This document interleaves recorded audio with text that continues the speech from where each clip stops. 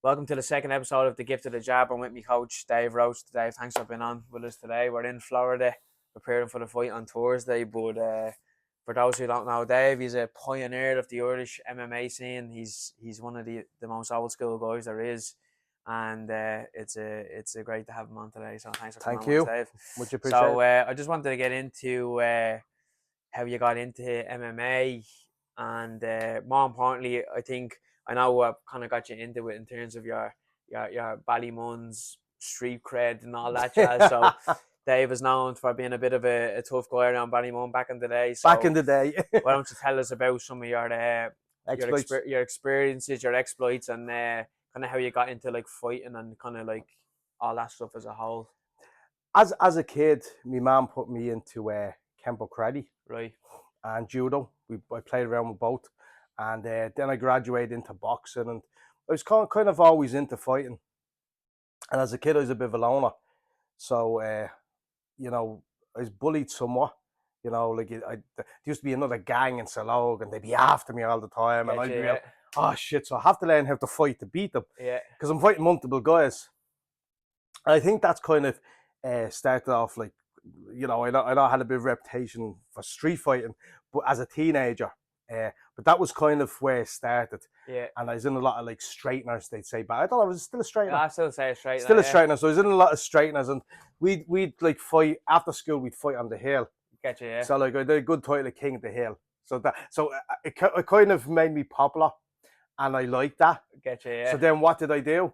I started competing. Yeah. So it was kind of it was a good transition, you know. Transferred your energy into something actually in a sporting manner, like something good, because in the 80s in Ballymun, a lot of kids did turn to drugs. Yeah. Or they turned to just crime.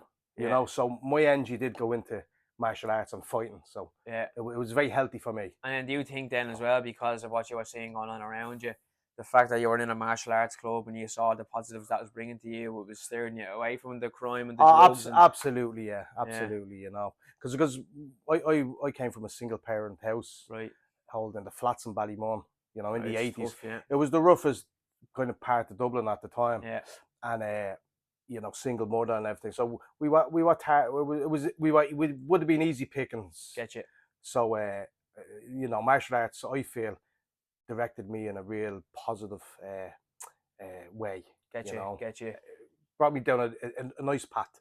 Yeah, so I suppose you probably would have seen a lot of people back then, like, especially because heroin was such a big thing back then. You probably would have seen a lot of people going down that wrong road, and then it's scary then to see that many people who you grew up with are close to end up going down that type of road. And it was, and very sad, sad. Yeah, very sad. Opened your eyes then to what's better for your life than rather than messing around there. So it is very sad. I've had, as you know, me cousin Rachel. She was only wishing us luck and asking. I was actually taking a picture when you were on your interview, and she was wishing us luck. And I'm hoping she said she'd come on and tell her story one of the episodes. So I'm gonna have her on eventually as well. But yeah, so you got into fighting through that. You got into martial arts through that. Tell me how. No, I met a very special person called Mikey Boylan. Right, go on. Now Mikey Boylan, he ran like a club in Ballymun. Right. And for me, he was like, I think, the best martial artist I've ever met. Right. Real humble man, and he had a boxing background, and he brought like a flair of that traditional martial arts in. So we'd always bow and everything else. And he had this shed in Ballymun. It was kind of the infamous shed, and like we'd basically, we'd go in and fucking knock the bollocks out of each other, basically. And I was with him like from about 13 onwards. And that he for my teenage years, that was a big part of for me, like, because I was training with him every day, you know, and that was a big part of kind of development, my stand up and toughness, and came through him, like, because he'd give you these torturous sessions. You'd crawl out of the shed, you know, building that resilience. Then, So he gave you your first of like what was like, I felt like all his training was like a training camp. Yeah. So he made the biggest impact for you to learn about the sport and everything that's involved with the toughness. And he definitely did, yeah. He definitely did, yeah. All right. So, and then for the, obviously, as some people know, some people don't know, you and John are running SBG now at the minute, as the two main coaches, and they're looking after the MMA team. I joined SBG, and I remember that when I joined SBG, it was during lockdown. It was one of my first time meeting you, so I didn't know that you only kind of came around the same time, back to coaching around the same time as me in SBG HQ. But I remember from the start that you were a very big, like, positive influence, like just how supportive you were to us. You were very encouraging. You'd always be like trying to push us, and I felt that very welcoming to me. Well, So thanks for that. I think that Appreciate complements then what you're doing then. So when you and John are mixing together, that creates a very good environment for us to grow as fighters in. Yeah. But on you and John, I obviously know some of the stories, so I'd like to get them out there. But could you tell us how you met John, and then obviously how it led to you as training together and practicing jiu-jitsu and stuff and all that jazz. And all that jazz. Like, so I seen the UFC, and this is about 1998, and I think UFC 2 or 3 I seen. I said, wow, like this is exactly what I want to do. Yeah, this is where I need to be. And I went to Hercules, and I met some good. There was wrestlers there, but they wasn't at a really high level. But I learned how, and I came from I had that judo background, so you understood. I understood aspect, balance. I understood balance, and then I heard there was this kid over in Rafarnham that actually teaches Brazilian Jiu-Jitsu. Now John hadn't a belt at the time, but I would have said he was easily close to being a purple at that time. And it's all self-taught. John is a very unique individual that I believe a lot of his jiu-jitsu is self-taught, so very unique. So I went over, and and at that time I was kind of like, I was going around, I was a bit of I wouldn't say a dickhead, because I don't think I was ever like disrespectful, but I was going around a lot of clubs, and I loved sparring. Yeah. So I was sparring a lot of guys, and I felt like, I was doing very well. And when I went to John, I looked at myself, this, I'm going to kill him. Like, it's nothing. So I think we just grabbed each other, and I threw him onto the ground, like no technique, just held him there. I think I'd done we call it a Peter Cushing choke. We grabbed his neck, next one, boom, I'm in an armbar. And I said, what just happened there? Right, that was fluky. Right. Yeah, go again. So same again, exact same thing again. So I think on the third time, I'm like, this is juicy. I have to learn this. This is so that was my kind of first introduction to Brazilian Jiu-Jitsu. Getcha, yeah. And and then me and John, he actually was studying engineering at the time. And I always get UCD, DCU, the one on the north side. Yeah, DCU, yeah. And I lived in Ballymun, but I had a shed. And John would come over every night, and we would roll for hours, just the two of us. Yeah. And I remember I was telling you, that's where like Roger Gracie lived with me in Ballymun, and I was actually in that shed for you. Like we were trained there for a couple of months for like every night, Yeah, so me, him, and John. So that was mad. So you, John, Roger Gracie, in a Ballymun. Yeah, in a shed. He was about 17, 18. And because Mauricio Gomez, his dad, was coming over here, and he was trying to spread the jiu-jitsu, the word, basically. Yeah, there wasn't many high-level guys in Europe. So John, and anyways, John, like I said, John's like a fucking sponge, so he picked everything up real fast, and from Roger Gracie, and it was just it was a real. I think we got good fundamentals in Brazilian Jiu-Jitsu there. Yeah, I get you. Like even though John was very good, anyways, good, yeah. At that stage, like and I know you understood, guys. I moved. My grappling wasn't bad at all. I moved well, but when Roger came over, the two was just boom. Yeah, you saw the difference in your skill jump. Yeah, because that's obviously a high level of jiu-jitsu that when you actually see that. You're going, all right, we're here and he's there, and then you end up bringing yourself up to that level gradually. And then a year later, like we both was having belts, and Matt Thornton came over, and he gave the two of us purple belts. So like he that was a big achievement. So that was a huge achievement. That was a huge achievement because it was now I felt John was a brown belt at that stage. Yeah. Like he was like, you know, Streets ahead, yeah. I just felt he had a great mind for it. Yeah. You know, he like me and John go to seminars and he'd remember everything. You know, Yeah. so he had a good mind for the information, the details. The details, the little details, you know. Yeah, that's mad. I was more the fighter. He was more the he's the technician. He's the brains behind the so then that leads into I'm not nervous, I'm just sweating. We're in Orlando. you, John, had your training and then set you up, you get you that purple belts.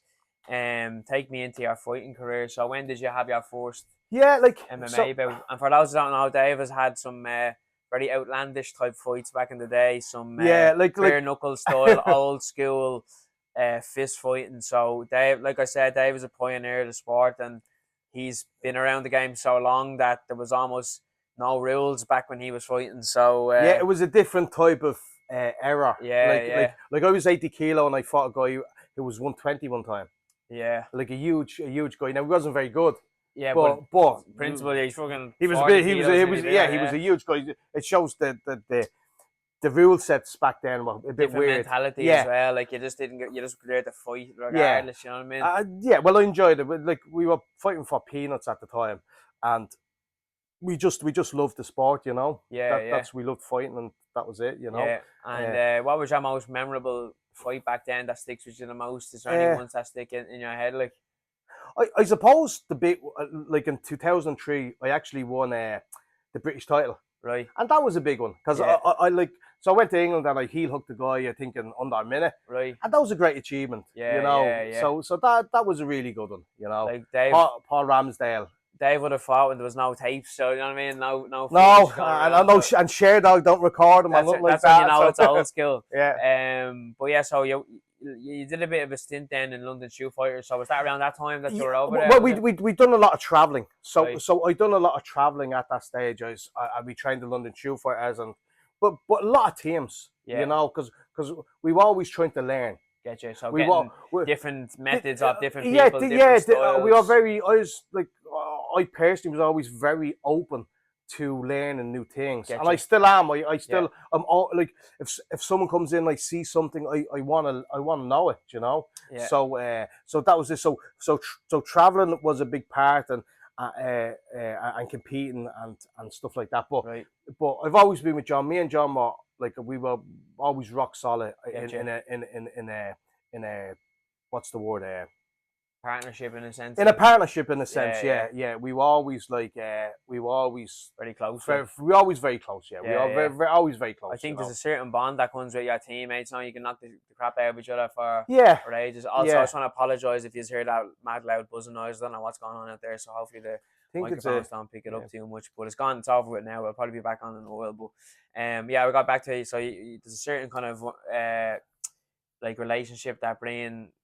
Sparring partners have, and a certain bond because you're like pushing each other, testing each other, but in reality, are just trying to better each other. Just better each other. And back then, when we were fighting, I never forget this. It was we'd meet people on nights out or anywhere, and they say, "Oh, what you do?" And I'd say, it's just kickboxing." And John would say, "No, don't say that." He goes, tell them what it is. Tell them what it is, because the sport is going to grow. I felt it was always going to be underground. Yeah, I get you. I always felt that, but John had an insight. He felt that, no, this is going to be something special, you know? Yeah, so get the word out there. So get the word out there, yeah. So that was and it's only years later I said to him, I said, shit, you were so right. Yeah. You were so right, you know? And even back then, you're kind of like, I'm not saying that you'd be ashamed of doing it, but it was so raw and kind of, but one would say back then maybe be even less rules and regulations, so it would have been a bit more brutal, you could say. So there would have been I'm just doing the traditional martial, I'm not doing this kind of mix of it all, which is a bit more. Well, I think it was about 2000, 2001, we went to Los Angeles and we trained it with Machados. Oh, the Machados are cousins of the Gracies. Yeah. And me and John were sleeping on the beach, you know, sleeping in the gym floor and stuff like this. And but I remember, I think we met some girls and they were saying, no, you just do that. That's white trash. Yeah. So to them, they thought cage fighting was white trash. Wow, yeah. So think about that. Yeah, because back in Do the you know? day, it drew a certain type of person to the sport. A certain Maybe type of, especially in America, because it was such a kind of yeah, maybe it was a bit white trash in America, yeah. but I never felt. I felt real martial arts. Like John was a real martial artist. Then Respect, bow, humble, all Bell, that you jazz. got Andy Ryan coming in. We had really good guys around us that were rock Good solid. and You good know. from Andy Ryan's obviously judo black belt as well. Yeah, So yeah, you got that real traditional martial re- arts mindset and approach. You know. yeah, and 100%. We used to go down to him on a Saturday in Calesta and do judo, and he had actually a really good guy. I can't think of his name, a blind lad there that Right. you just would walk over and he'd touch you, And you'd be getting sent. and then he'd fucking fling you. Yeah, That's brilliant. so it was brilliant. Yeah, so it was a real good. We had it. It never felt tuggerish. Yeah. You know, I'm from Ballymun, where the guys had many fights, and you know, as you said, I came from that kind of background, so it, it really, like, I never felt it was ever tuggery. You know, Get you. Yeah. I never felt that like white trash As they were they were saying. Yeah. So go back to Los Angeles. What was that like? Where were you staying in Los Angeles? Not it was a Laguna Beach in Hermosa Beach. Hermosa Beach, yeah. And what was that experience like being over there? fantastic. Yeah. Fantastic, yeah. Like we went, Dave Jones was another kind nice, of old school guy. He used to do a real jiu-jitsu guy.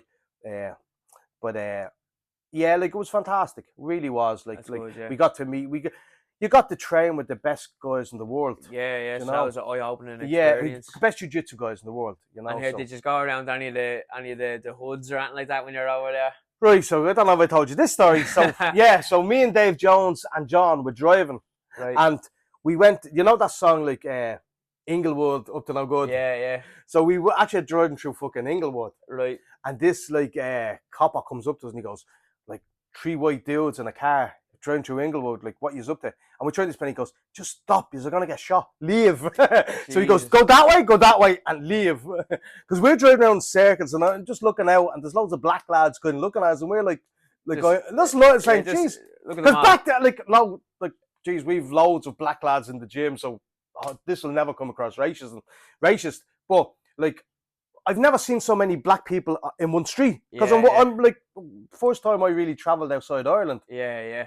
So we're driving down Inglewood, and there's like just hordes of black lads and giving us the mince pies. Yeah, I get you. Yeah. And we're going, no, we didn't realise the danger. Yeah, because like, you are just tourists coming over. You're like, we're just floating through here. But I did hear rap songs, so I was thinking, this could be dodgy. Yeah. And then the policeman goes up to him and is like, get the fuck out of here, basically.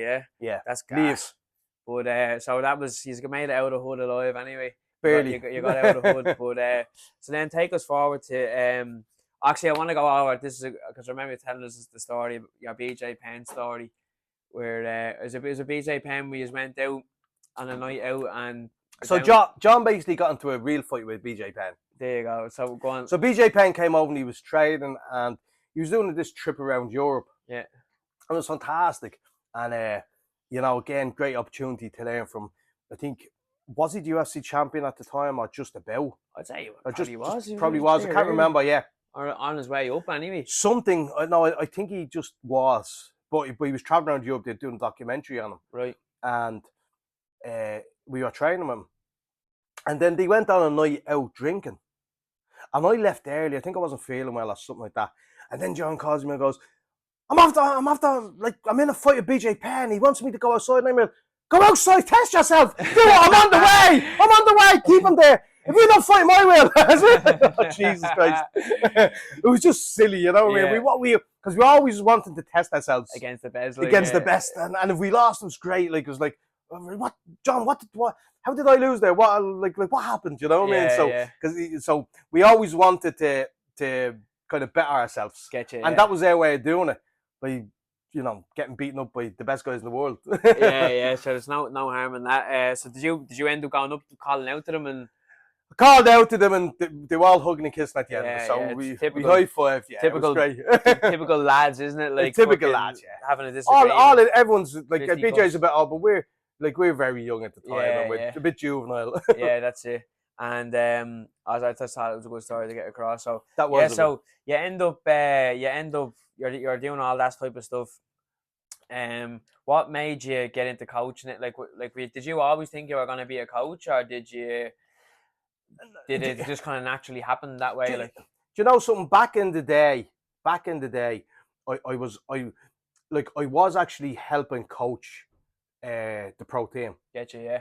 back in the day, and like sometimes like Arnie Jacobson, John would say, he was like before Gunny, he was the first Icelandic guy to come to us. Yeah. So he'd pull me aside with him, just teach him. You know, Get you. he's teaching the class, I'd be teaching one or two fighters. So that I was always like that. So I was never good at. I was never used to teaching big groups. Get So you. I was Goes one to one. I felt that's where I started, and that's even now. That's what I prefer doing. Yeah. Small classes, 2 or 3 lads, you know. Yeah, because you can But kind of get I more feel I can across. get a more. I can come across better. Yeah, You get know. you. Yeah. But It's a bit more intimate that way as well. it's a bit more intimate, you know, and so that's kind of where I start. So, but I didn't see myself coaching the way I am now. Right.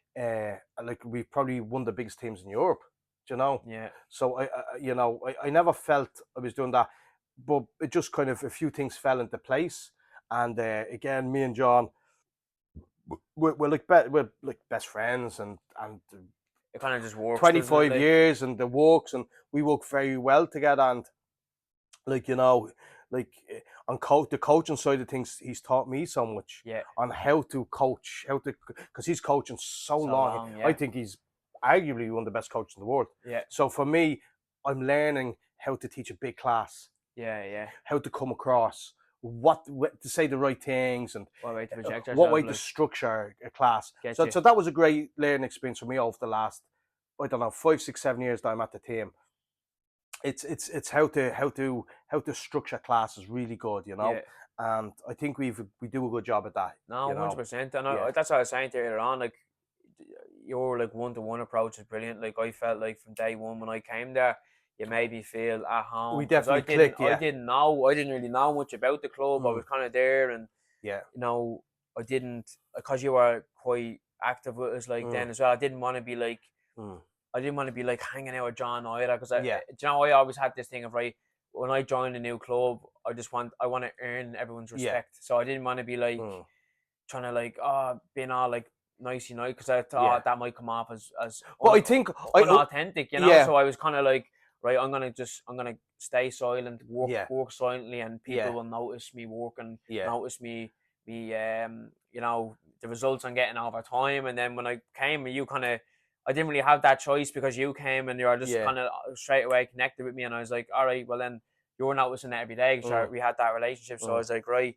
But Dave is seeing it, so I presume that like if you're seeing it, it'll nothing will go unnoticed. Like, you exactly. know what Yeah, I mean? So I kind of felt like assured in the sense of like if I just keep working away here, I'm gonna get an opportunity eventually, and when that opportunity comes, hopefully we'll have had put enough work in that we'll be at that point where whenever the opportunity comes, we're ready to take it. You know what I yeah. mean?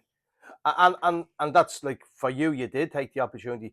The opportunity arose when Clamorse called me for the Shem fight. Yeah, yeah, And it was like Shem was very in the club and he knew everyone, and a very nice yeah. guy, and I just thought it was a huge opportunity for you, and I felt that kind of set your career going, didn't it? I I felt felt. that. Yeah, I felt that was the one. I Mm, remember when you texted me about it because mm, my dad only went into hospital. mm, That day he had a chronic pancreatitis, yeah, and you text me about it, and I was like, oh fuck, I don't know. Because remember they offered me it before, and then I was like, oh, look, I'm kind of training with him. yeah, There's no point. It's a bit of a conflict of interest. You yeah, know what I mean? I'm training with him and blah blah blah. And then I ended up fighting Roger. I bet him, and they were like, then you text me, look, they really wanted to fight him.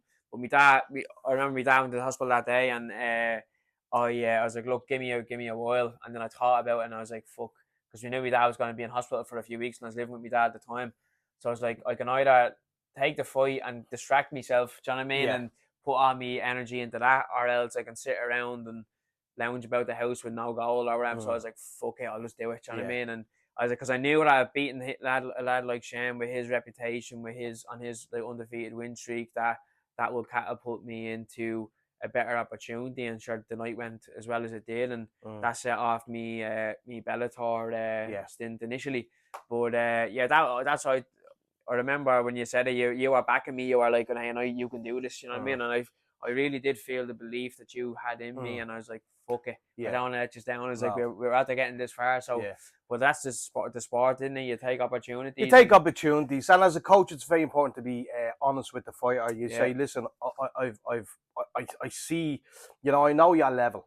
I know where you are. You know, I'm not gonna put you in with someone who I think you're not ready for." Yeah. So that's a big thing for me is to match people right. You know. Yeah. So you're doing a lot of work with that now, isn't it? So many kind of young fighters in the gym that. I suppose it can be tricky at times trying to make sure that they're getting people who are equal to their level. Yeah, like, it can be because like you said, you're constantly, the team is so big as well.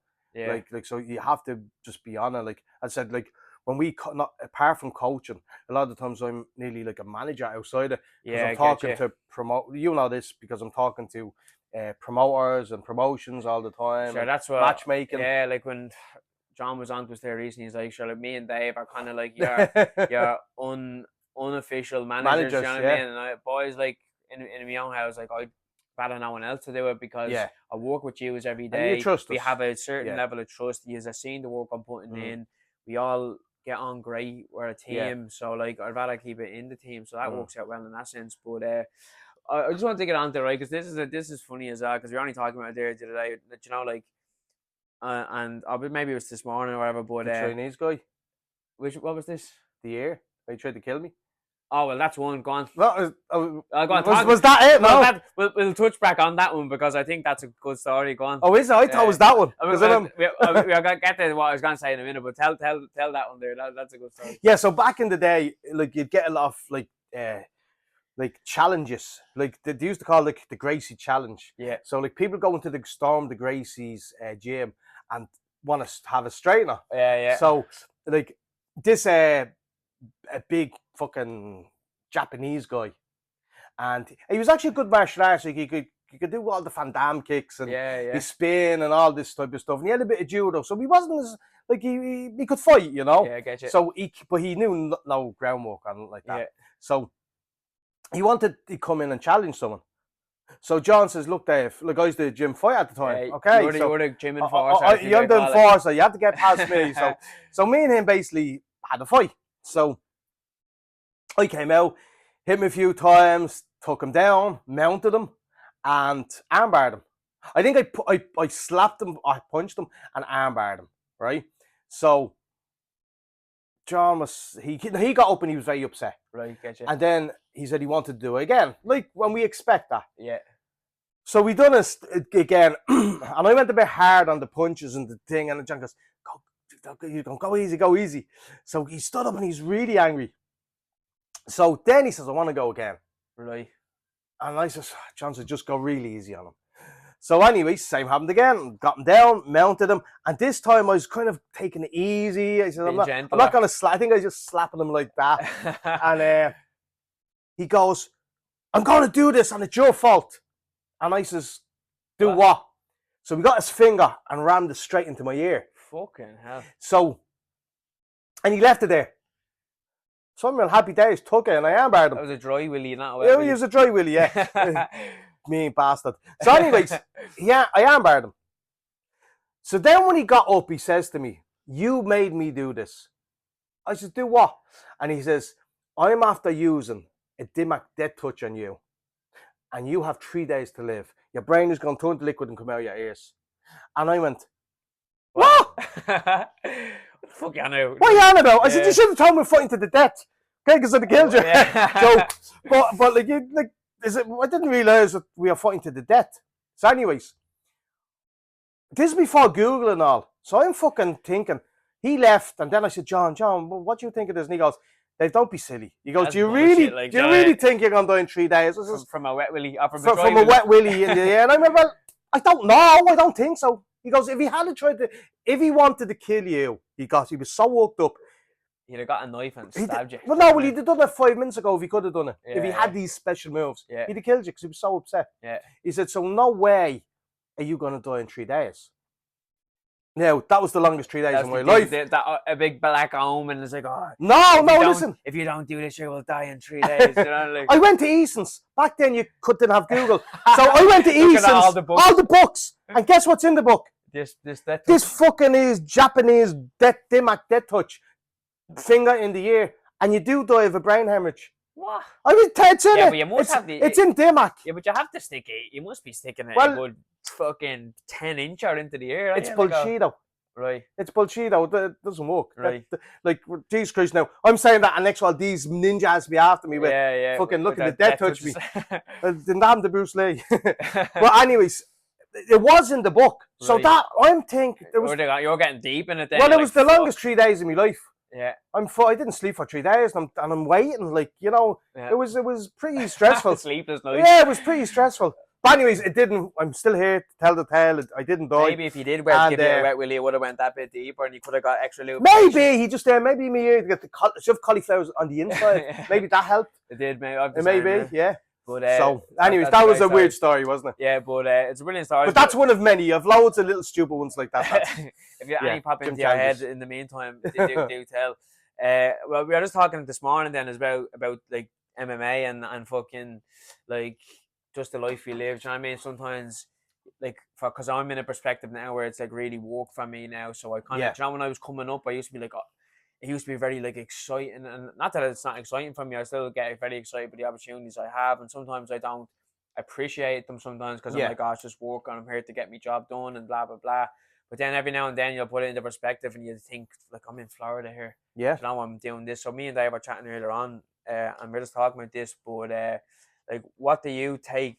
Like, what good do you take from the you know, the lifestyle you live? Like, what do you appreciate this lifestyle that we live? Like, what do you enjoy the most about it? Obviously, coaching is very rewarding. People get wins. It can be heartbreaking when people don't win. But like, if we're to take the winning and losing aside, and just like your overall experience of martial arts, like, what do you feel you appreciate the most? If we're gonna go all self-reflective and appreciative of the life you live, what do you feel is probably the most? Well, I think I feel very fortunate to be doing something I love. Yeah. So I love, like, sometimes, like, you know, I actually said to John only a few weeks ago, geez, like at 10:30 in the morning, we're watching that two lads beat each other up in a cage. Because the sparring before we spar before simulation spars for those and all. We simulate spars before the class to replicate the fight the best way we can. But that's before our 11 a.m. class, so we're getting up early in the morning and having a good old knock in the cage to try to simulate our spars and opponents the best way we can. So when other guys are probably in offices or, you know, going around on a building site, we're in watching lads trying to beat each other. Yeah, so it's kind of a bit weird. But it's a way of life now to us. And like, I'm very passionate about MMA and coaching now, and that's where all my energy goes. And I sacrifice a lot in my life for this. I said, like, I'm traveling so much. Yeah. I'm here now with you. I come back and I'll be going away with King Cowley next week. So so you're constantly traveling, you know, as coaches, me and John. And then you're trying to juggle the team, make sure everyone's looked after. So it's stressful and it can be tough, but it's very rewarding. You know, it's very rewarding. And doing what I love and changing young people's lives. Like what you said, you are manager on Aldi, and I remember you coming and said to me, "Do you think I should quit my job?" And I wouldn't say that to just anyone, but I said to you, "I think you should." And it did pay off. Now you're happier.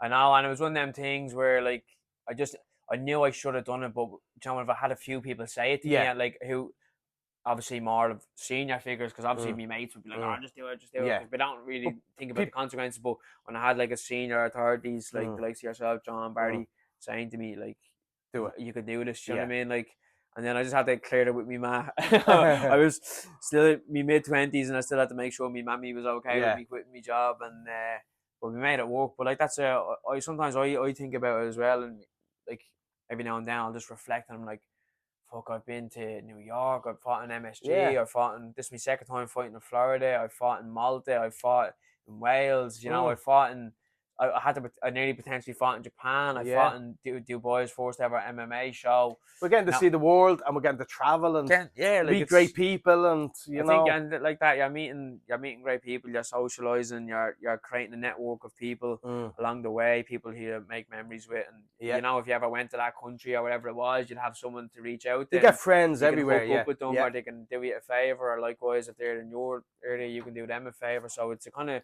Small community, isn't it? the beauty of the sport, and it is great to see that amongst all the competition side of it, like aside from that, like it's a great place to grow as a person. You know Yeah. what I mean? To excel outside the sport. I'm just trying to think if you have anything else to touch on. I don't want to keep you too long now. Unless you have any other interesting stories that maybe I'm trying to think, because I felt like I had a lot of stories I wanted to ask you about, but now that I'm now that we're now I'm in here, the hot seat, yeah. I'm forgetting. Well, you can do a part one, and There's so many of them stories. Like there's loads of stories. Like I've had, like, just I remember, like, another story in a Ballymun basement. We, like, in Ballymun we had like